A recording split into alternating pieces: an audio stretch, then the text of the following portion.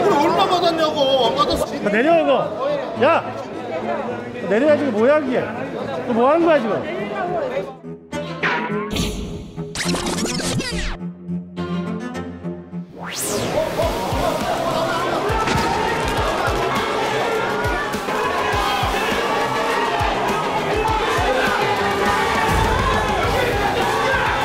이제 도착했으니까 상황을 좀 파악하겠습니다. 제가 모르는 사람들이 많기 때문에 검찰은 주위 사람들을 불러서 주변을 돌기보다는 오늘이라도 저를 소환하면 적극 응하겠다는 말 다시 한번 이렇게 송구스럽다는 말씀을 드리고 저 송영길은 어떤 일이 당하더라도 절대 회피하지 않고 도망가지 않습니다. 검찰 수사 야당 탄압으로 보시나요?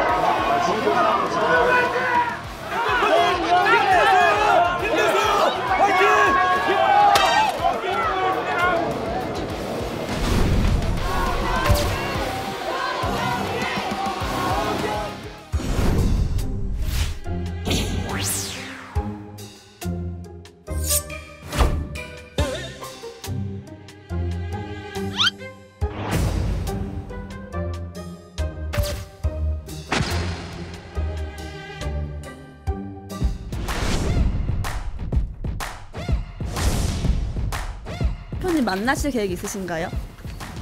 이번 기자회견 좀 어떻게 보셨나요? 김연아 의원은 어떻게 돼가고 있어요? 몰라요? 자체 조사해야 된다는 주장이 여전하고 지도부 총사퇴 주장까지 나왔는데 어떻게 보세요? 김연아 의원인가요? 고양시에서 공천을 미끼로 돈봉투가 주고 갔다라고 하는 보도가 나오고 있습니다. 왜 이런 돈봉투는 이야기가 안 되고 있었던 거죠? 이 내용 낱낱이 세상에 밝히고 국힘당이 이에 대해서 어떻게 하는지 보겠습니다. 당장 조치해야 되는 거 아닙니까?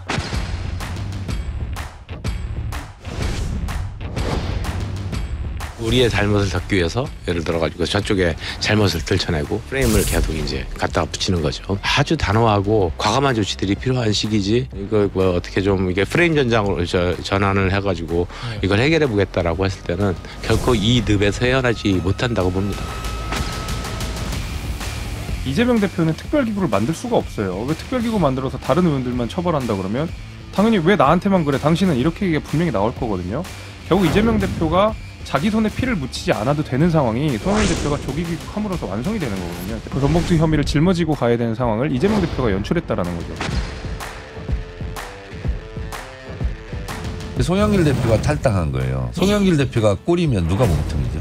누가 머리고? 주 원인은 사실 이재명 당대표가 가장 큰 원인입니다. 그러니까 자체 조사를 안 하기로 한 게 이재명 대표를 의식했기 때문에 이렇게 보시는 겁니까? 네, 그렇게 되면 바로 얘기가 나오는 게 이재명 당대표 부분은 나와는 비교할 수 없이 큰 비리인데 왜 그 조사 안 하냐 이렇게 나온다. 당신은 그러면 나가야 되는 거 아니냐, 그만둬야 되는 거 아니냐, 당대표를. 이런 얘기가 바로 나올 수밖에 없죠. 그러니까 민주당 내에서 어느 것도 못하는 겁니다. 그러니까 이러니까 자정기능이 완전히 상실돼 버렸죠.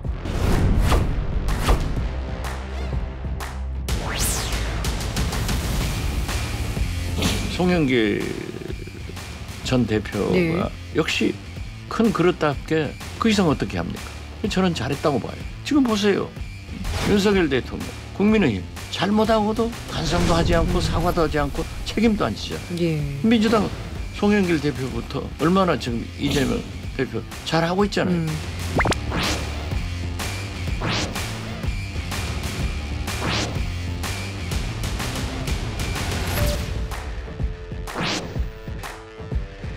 제가 최근까지 전당대회를 했지 않습니까? 당대표 후보로 오를 수가 없습니다. 정말 국민 눈높이와 안 맞는 발언들이죠. 그래서 사실 좀 제정신인가 싶었습니다. 저도 처음에 보고. 송영길 대표가 이른바 386 정치인, 운동권 출신 정치인의 대표 주자 중에 한 명이었지 않습니까?